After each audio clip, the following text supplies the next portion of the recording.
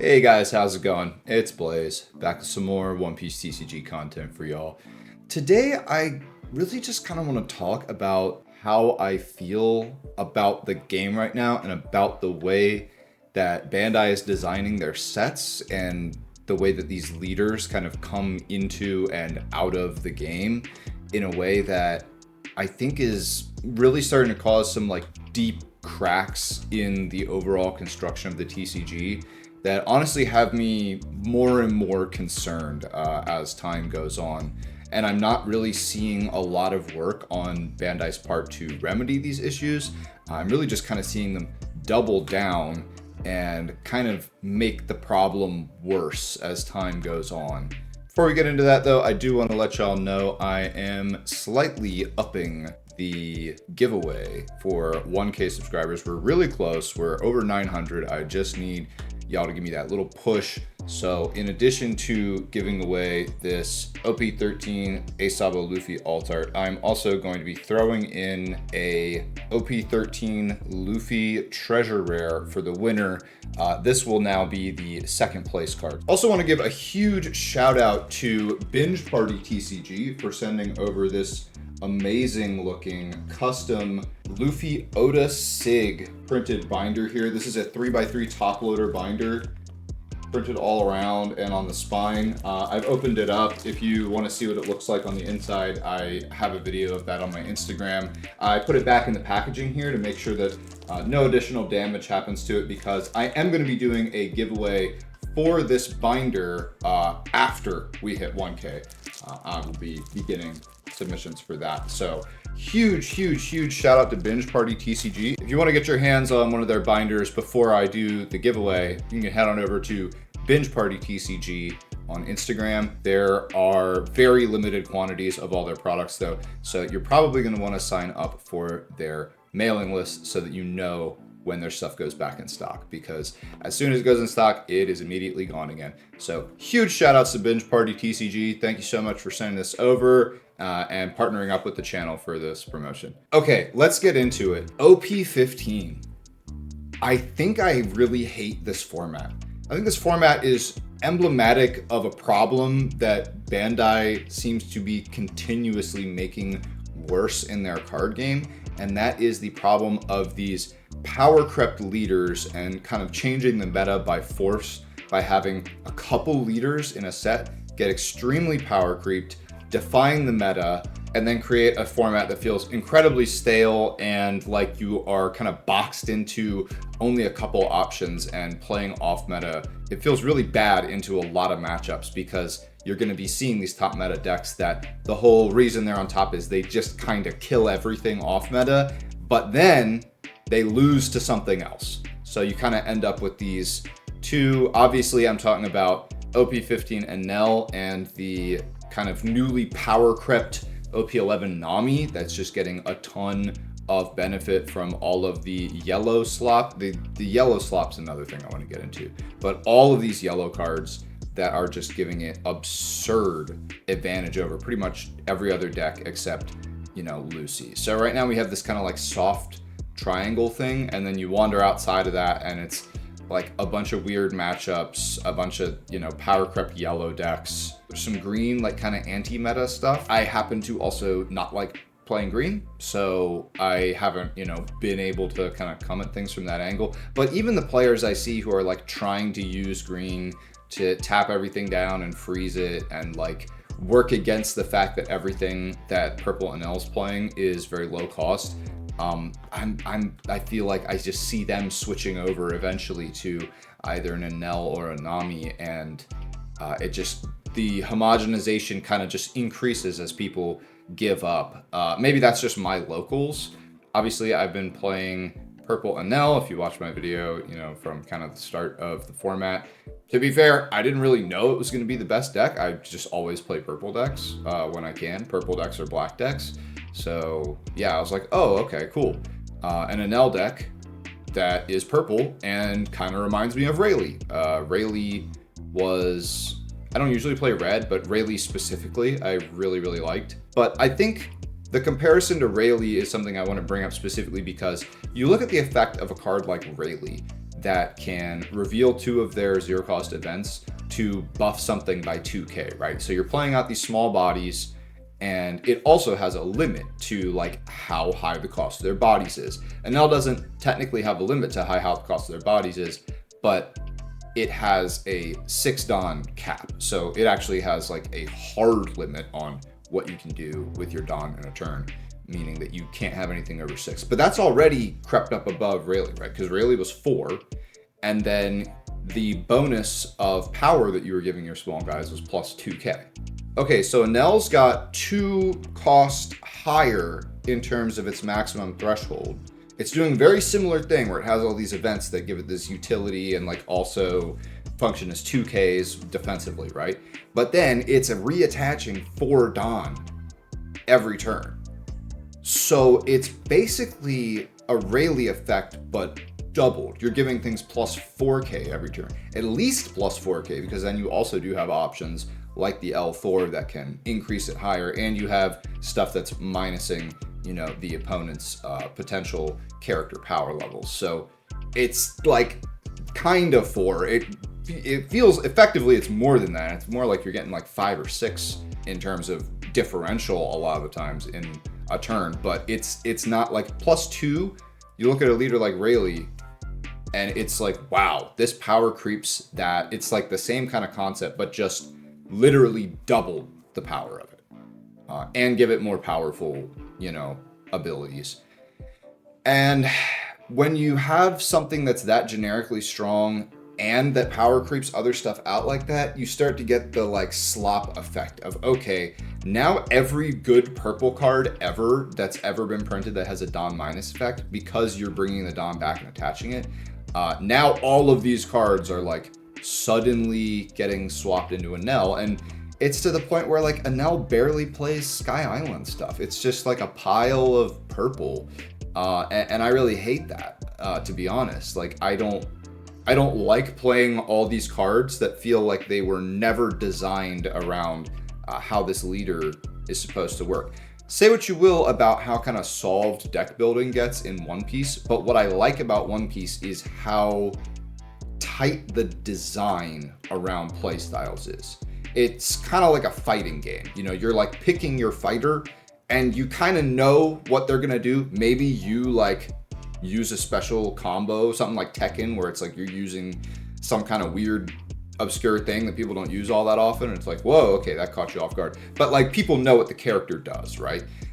But the design of that character is very like tight in how it works and the identity of it. So it's happening in a format like OP15 where you have basically Nami and Enel just raining havoc over everything, because Nami has a really good matchup into Enel because it's been power crept by all this yellow good stuff. So it's not like a straw hat deck really. It's like every random yellow card that's good that like moves stuff in the life area, right? So you're playing like all this Thriller Bark stuff. You're playing, you know, obviously like the EBO2, you know, Namis and Nico Robbins like makes sense for those to be in the deck, but Borsalino, just like all these yellow good stuff cards. The power creep on what yellow now does with life is getting to the point where it's so crazy where it's like, okay, well you can heal like, you know, 10 times in a freaking game. Like where do we go from here? How much further do we go? What does Bandai have to do to make it so that Nami doesn't just like stick around forever, right? Or, you know, stuff like Ace, which was really overtuned, doesn't just stick around forever. They've, you know, answered Emu now, but the way they answered Emu was by creating Enel. And so now we have the problem of Enel, of like, okay, well, how do you make a better purple leader that takes this out, right? And so I think the issue that we're really starting to see is that every time this problem happens where like you have a couple leaders who are really, really overly dominant in the format, Bandai's answer to how do we shake up this format consistently has been, well, let's make something even stronger that then kills that. And it's getting to the point where it's like, okay, in like a year, we're almost doubling the power level of these leaders. And then you go over and you play a game like Gundam, and it's like, I'm not saying Gundam is perfectly balanced or anything, But because it's not all based around all these leaders, you have, like, we just started GDO4. There's a lot of viable archetypes right now. I think, like, every top 8 that we've seen in one of these GDO4 events early on is, like, all this different stuff, right? Obviously, we're coming out of a format that was really, really dominated by the Barbados Rush. And I'm not trying to make this video about Gundam, just because I've been playing more Gundam recently, because honestly, I'm kind of sick of OP15 already, is, like, you don't know what you're getting every time. And you don't flip over this leader and be like, oh, okay, we got to do, like, this whole song and dance for this, like, crazy polarized matchup that I probably have no chance of winning. 'Cause as Enel, like, I'm going around beating most of these other decks, right? And then it's like, okay, I'm going to inevitably run into Nami at the top tables. And sometimes you win that matchup, but it's like a 30-something% match. Like, it's super polarizing. So we keep having these situations where these formats are, like, dominated by these couple leaders that then have really polarizing matchups into, like, 1 or 2 other decks. And so you get this, like, very matchup roulette feeling. Yeah, it just feels bad. It feels repetitive. It feels like skill is less of a thing, despite the fact that I think Enel is one of the most skill expressive leaders that there's ever been. Like, when I, win a locals on Enel, it does feel really cool. When I win mirror matches, it does feel really cool. Even though to win mirror matches, you're increasingly having to just tech in more and more purple, like, random good stuff from the past 2 years. Like, I want to play the deck more the way that it's meant to be played. The fact that, like, the format is kind of morphing in this way that's, like, forcing you to get rid of certain things or play certain cards, like, I don't want to have to play Senior Pink. I don't want to have to cut Holly. Like, I like having the dog. I like how this deck played earlier into the format, when it was playing more actual Sky Island stuff, when it was, like, functioning the way that the deck felt like it was meant to, not when we're running, a bazillion Gamma Knives and then, like, recurring stuff back from the track with Senior Pink, and then playing, like, OP05 Law to, like, rip hand. It's just weird because everything's become so dominated by just these couple of decks. And it's like, yeah, okay, I think in a world where pudding is gone, stuff like OP05 Law, like, anything that can rip cards from hand is kind of better than it's ever been, because we just don't have a lot of cards that punish hands getting super big right now. And a lot of people aren't, used to, like, chipping at things. But in a mirror match, like, I played a mirror match the other day, and, you get hit by that when you're at 7, and it's like, okay, well, the deck goes, like, hand neutral constantly for playing these 0 costs that then draw you one. So it's like, well, I mean, I'm kind of at this, like, almost unrecoverable disadvantage now, unless I, like, really pull out some crazy plays. And when you win a mirror match with, like, a suboptimal build, it's like, okay, cool. Like, I know in my mind, like, hey, I, like, did it my way or whatever. But, over time, it's like the people who are playing off meta, right? Like, eventually, you're gonna need to adapt to the format. And it's kind of pushing everything into these, like, 2 big slop purple versus yellow decks. And I hate it. I hate that we're here. Like, I don't like what the format has turned into right now. And I know that the way they're going to fix it is by printing even more broken stuff. Like, you look at okay, Enel's a problem. Now we've got Teach on the way. Teach is going to, like, turn everything off again for, all these effects and stuff. You're going to stop getting the ability to use so many of these effects. You're going to get rid of a lot of this, like, removal protection, for example, on the big bodies, and just nuke them off the board. And that's terrible for Enel, right? He really can't afford to lose a lot of those big bodies because you don't have that many.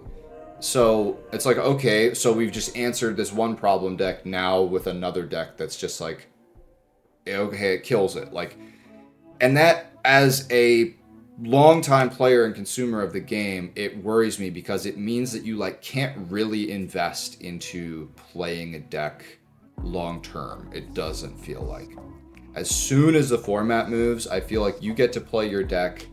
Like Ace has been around since OP13. Ace has been doing its thing for like 6 months. That's like a long time in this game. It's like, wow, this deck's been around, able to compete for like 6 months. That shouldn't be that long. You should be able to play a deck and like have a shot for a year, I feel like. I mean, what's the point of like alting out all these decks and stuff? And you're starting to see, you know, alt arts aren't moving like they used to. Like they're not worth as much as they were, and they fall off as soon as they're out of meta relevancy because people want to like alt out their decks and then they're like, oh, okay, it's on to the next thing. It's on to the next thing. You know, we've had a few decks like GPs stuck around for a long time. We saw like OP01 Law stick around for a long time. Obviously, there's stuff that like had to get banned because it was too good. So like, you know, UP Luffy would probably still be around if it didn't have the pair ban. Lucci stuck around for a long time. And I know that like people hate when these decks stick around forever and become these like problem decks. But like that's also an issue. We need to have more decks being able to coexist in a format where it's not just completely dominated, right? And you look at a lot of these games that are all very leader based and they're really hard to balance. Like if you look at what happened with like Draven in Riftbound a little while ago, where it's like, yeah, this leader just, I don't even play Riftbound, but I know about the Draven situation because it's like your entire top 4 is all the same deck playing mirror matches. You know, you've balanced your leaders wrong. And if you balance a leader wrong in one of these kinds of games, the card pool doesn't really matter that much because you have something that's sitting on the board forever for the whole game. It's not even like a thing you have to summon out like Commander or something. It's just there. And it's just sitting there like doing crazy stuff every single turn for free. And I think that's like part of the appeal of One Piece is that you have these powerful leaders that do really crazy stuff every turn. But I want to see Bandai try to balance leaders by like creating more interesting designs that have a lot of skill expression, which for example, I do think stuff like Rayleigh and stuff like Enel are interesting leaders that do have a lot of skill expression. And I want to see them kind of get away from these like direct answers to different things. Like, oh, okay, well, Nami's doing good. Now Lucy's going to become better in the format because Lucy just kills that. Enel's the top thing. Okay, well, now everyone's going to go play Nami because Nami kills that. Everything answering each other in these very like ultra polarized ways. I mean, hell, even a game like Union Arena has less of that because it's not leader based. And that's like a crazy unbalanced like luck RNG game, right?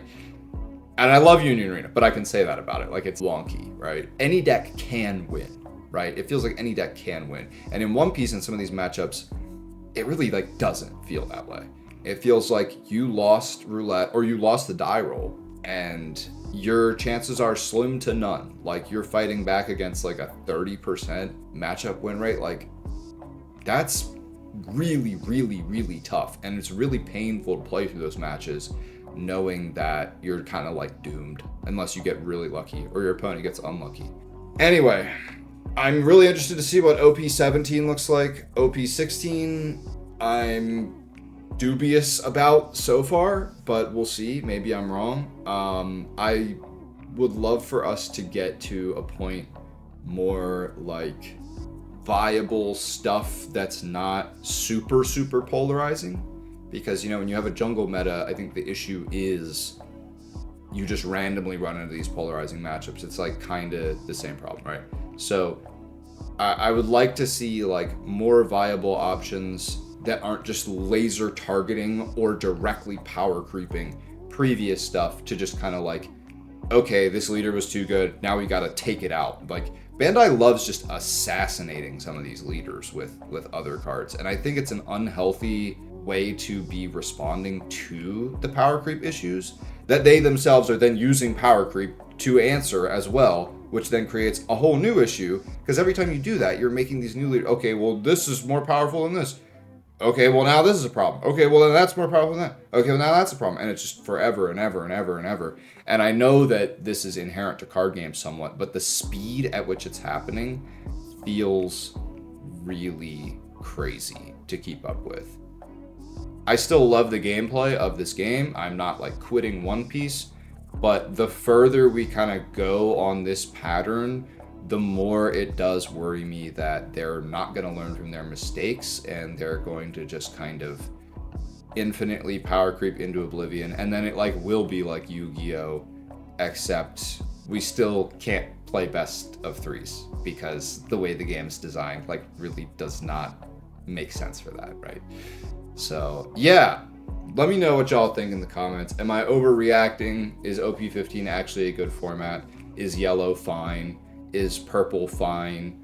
Are all the colors viable?